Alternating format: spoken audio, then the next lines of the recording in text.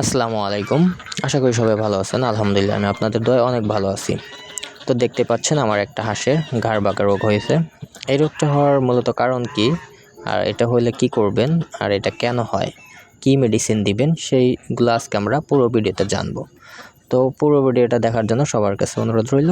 আর যারাই যে শখ করে মানে এই 10 পিস 20 পিস হাঁস মুরগি পালন করেন, তারা যে সবসময় যে মেডিসিন টেডিসিন ঠিকঠাক মতো খাওয়ান না, বা ছোটো থেকে যখন ডিমে থেকে ফুটে বের হয় তখন থেকে ওদেরকে দেখা যায় অনেকে গুঁড়া ভাত এইসবই খাওয়ায়, যার কারণে ওর প্রপারলি পুষ্টিটা ওদের হয় না শরীরে, যার কারণে যে অনেক সময় ঘাড় বাঁকা, পা বাঁকা, মানে দাঁড়াতে পারে না, এই ধরনের সমস্যাগুলো ফেস করে।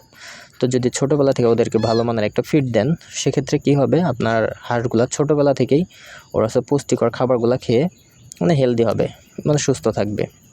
তো যাই হোক, তার পরবর্তীতে যে ভ্যাকসিন ট্যাকসিন তো এগুলো করাই লাগে, তো করবেন। তো যাই হোক, আমার এই হাঁসটার মূলত কী হয়েছে সেই বিষয়টা আজকে আমি আপনাদেরকে বলি। এটার যে মূলত ভিটামিনের ঘাটতি।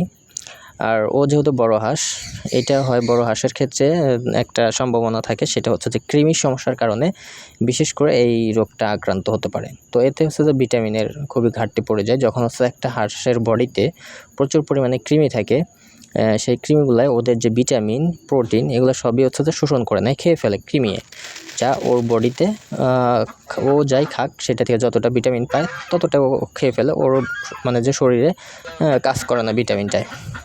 তো সেই জন্য আমরা যেটা করি, ওদেরকে ভিটামিনযুক্ত খাবার দিই, যেমন গুঁড়া, তারপর যে আপনার ভুট্টা ভাঙা, তারপর গম, তারপর চাল, তারপর ভাত।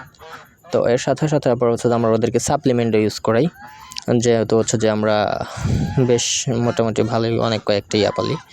তো দেখা যায় যে এগুলো না দিলে ওরা যে প্রপারলি সুস্থ থাকে না। তো যাই হোক, আমার হাঁসটার ঘাড় বাঁকা, এটার আজকে মেডিসিন খাওয়াবো। তো এইটার কোর্সটা করানোর আগে আমার করাতে হয়েছে কৃমির ওষুধ, কৃমির ডোজ, যেহেতু আমি অনেক আগে করছিলাম। তো পরবর্তীতে কৃমির ডোজ না করার কারণে যে এটা হয়তো এখন হয়েছে, কৃমি পর্যাপ্ত পরিমাণে ওর পেটে থেকে বের হয়েছে। তো তার পরবর্তীতে আমরা এই যে ভিটামিন বি কমটা যে দিচ্ছি, খাবারের সাথে মিশিয়েও দিতে পারেন, চাইলে আপনি পানির সাথে মিশিয়ে দিতে পারেন। পরিমাণ মতো 1 লিটার পানিতে 1 ml যে আপনার ওষুধটা মিশাবেন। এটাতে প্রচুর পরিমাণে ভিটামিন আছে, যে ভিটামিনটা আপনার হাঁসকে দ্রুত সুস্থ করার জন্য হেল্প করবে। আর এটা খাওয়াবেন টানা 7 দিন, 5 দিন থেকে 7 দিন, মানে একটা ওষুধের কোর্স করেন, যেই ওষুধেই করান না কেন 5 দিন থেকে 7 দিন করালে ওটা একদম প্রপারলি ওরা ওর শরীরে কাজ করে। তো আমি যে খাবারের সাথে গুঁড়ার সাথে খুব সুন্দর করে মানে মিশিয়ে নিচ্ছি। এখানে আছে ভুট্টা, গম, চাল, তারপর যে আপনার ধানের কুড়া, ভাত, সবগুলো দিয়ে মিক্সড করে এই ওকে আমি দিব। ওর সাথে সাথে আস্তে আস্তে খাওয়া শুরু করে, কিন্তু ওর খাইতে অনেক কষ্ট হয়, অনেক কষ্টে ও খায়। সেজন্য আমি পানিতেও দিয়ে রাখছি, যাতে পানির সাথেও ওষুধটা দিয়ে রাখছি, যাতে যেন প্রপারলি টানা 7 দিন ওকে দেওয়ার পরে ও যে সুস্থ হয়ে যাবে ইনশাল্লাহ।